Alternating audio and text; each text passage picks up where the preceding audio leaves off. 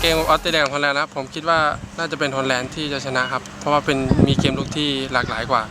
ทั้งอาร์เยน โรบเบนและโรบิน วาน เพอร์ซี่กำลังฮอตครับผมคิดว่าน่าจะเป็นสเปนครับเพราะว่าสเปนเล่นดีในนัดที่2มันปีที่แล้วเหมือนครั้งที่แล้วกัมรูนต้องชนะโครเอเชียแน่นอนเพราะว่าปีนี้ทีมชาติกัมรูนก็ทุกคนอยากชนะแล้วก็มีโค้ชดีด้วยแล้วก็มีนักเตะทุกคนพร้อมจะเล่น